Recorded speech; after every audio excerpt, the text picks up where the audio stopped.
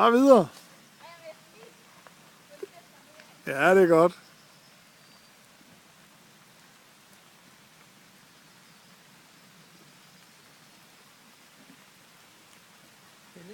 Hvor gammel er han? Han er 50. Nå.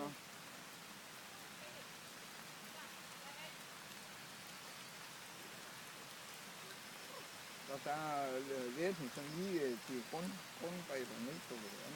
Ja. Lisa. Nå, ja. Der fik hun så et hest bagefter. Ja. Der lånte hun også. Men han har ikke været på Anderup længe, Henning. Nej, han er heller ikke rigtig. Han er sådan en, der skifter rundt hver dag til forskellige rideklubber. Nå. Han er ikke fast der Han længere. er ikke fast. Vi har haft en på tidspunkt, der hed Morten Øfterhauge. Grøfthauge. Ja, den kan forsvinde i over marken og få fuldt knæ. Jeg har set dem. Vi skal lige have dem sige, hvad fanden var det, der løb der? Ja, den vil gerne frem, men hun skal holde den tilbage.